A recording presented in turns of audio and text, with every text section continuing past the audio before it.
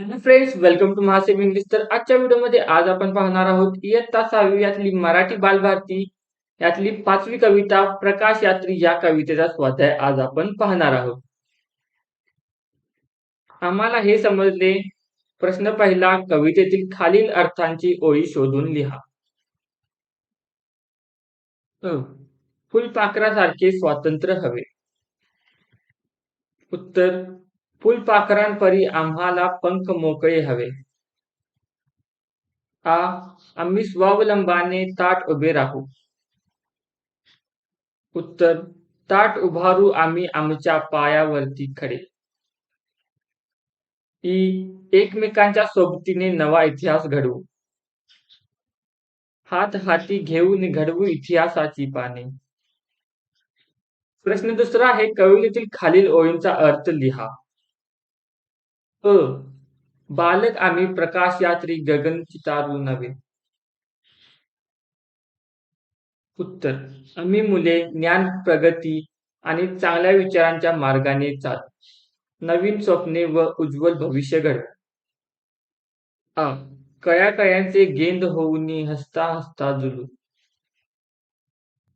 उत्तर, फुलांच्या कळ्यांप्रमाणे आनंदाने निरागस आणि एकोप्याने हसत खेळत राहू. ई. अंधारातून नये अवघी वाट प्रकाशाकडे. उत्तर, ज्ञान, भीती आणि संकटांचा अंधार दूर करून ज्ञान, सत्य आणि प्रगतीचा मार्ग दाखवू. ई. घुंगवणारा घुंगू वारा सर्व बांधवा सवे. ई. सर्व बांधवांना सोबत घेऊन चांगल्या विचारांचा आणि एकतेचा संदेश सर्वांना पोहोचवू. प्रश्न तिसरा आहे पहा, कवितेच्या आधारे खालील कृती करा. अ. कवीचे नाव कल्याण इनामदार. आ. कवितेचे नाव प्रकाश यात्री. ई. कवितेचा विषय मुलांना स्वावलंबी, एकजूट, ज्ञानप्रेमी आणि देशप्रेमी बनवून उज्ज्वल भविष्य घडवावे. ई. कवितेतील शब्दांचे अर्थ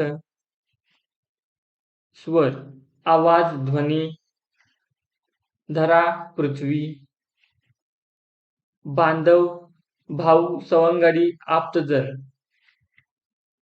तेजोमय, प्रकाशाने उजळलेला, तेजस्वी.